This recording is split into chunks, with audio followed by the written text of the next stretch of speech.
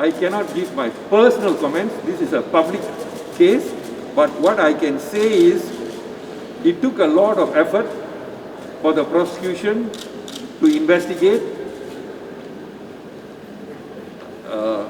both documentary evidence, secure witnesses, take their statements, and come up with the charges at the High Court.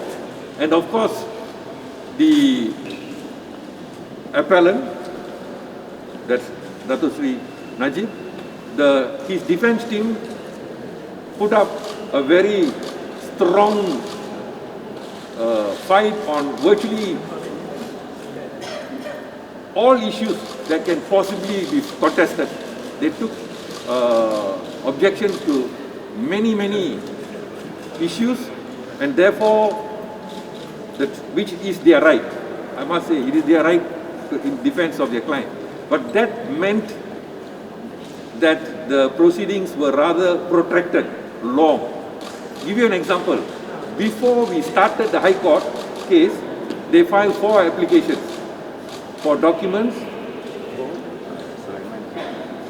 Then for the prosecutor, that time was a different prosecutor for his contested his Fiat. What else? A few, 4. The gag order that nothing should be published in the press, etc. So they filed 4. So that what had happened was that went from the High Court to the Court of Appeal to the Federal Court. So that process itself was about more than a year. Then during the trial, it was, as I say, a long contested trial. Very exhausting, I must say, very exhausting for me and my team. That almost went on from April of 2019 to July of 2020. So about 1.5 months, 1.5 years? Yeah. About 1.5 years. And then from then to now. So all in all, I think now the issues have crystallized. Issues have crystallized. They may raise a few more points if they find from the judgment. So the Federal Court hearing will be more concise to the core issues that need to be considered. Given how long this process was, how exhausting it was, how much there was the opposition from and the defense taking on individual points, how satisfied are you with this? Okay, first thing I must say, you may be surprised, we lawyers, both prosecution and defense, we argue in court, but outside we just talk as friends, because this is just representing a different client. I'm representing the government and they are representing Najib. So but what is exhausting is, of course, the trial before Naslan was a very continuous trial for long periods of time. And we had, in some time, we had very short time to prepare submissions and all. So it was very stressful. I think many of us didn't sleep for many nights. Sometimes even have to resort to a bit of sleeping pills to go to sleep. So it is exhausting. But as lawyers, it's fulfilling to do a job to the best of your abilities.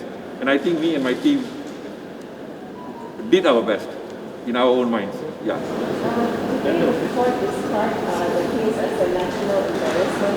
Do you have any thoughts on that? Well, the facts speak for themselves. It is their case that it is for national interest. National interest. They put up the defense. But because after the 4 million was released, evidence showed that the appellant did not take any interest to find out what happened to the monies, and of course there was evidence that the monies left overseas. It is the judge's finding on those facts that it is not in national interest, it is actually a national embarrassment because of the publicity that this case brought to the country. Yeah, this is the finding. Counsel, Najib has said before that this prosecution is of a political nature. So do you think today's judgment shuts down the argument? First things first, as prosecutors, we have IP, investigation papers of all the witnesses and all the documents. There's no politics inside there. These are facts, hard, cold facts. And we have to interpret those facts reasonably, which we did, and we presented it to court. And the court, not only at the High Court, wrote an 800 over page judgment. Today, the Court of Appeal has written, what was read was just a summary. It's a synopsis. It's about 316 pages judgment. So the court, 2 courts, that means 4 judges. So far, 4 judges. 4 judges have looked at it and found that the evidence presented against Dato' Sri Najib is justified to show the commission of the offences with which he is charged and the sentence that was passed. So I think the facts speak for themselves.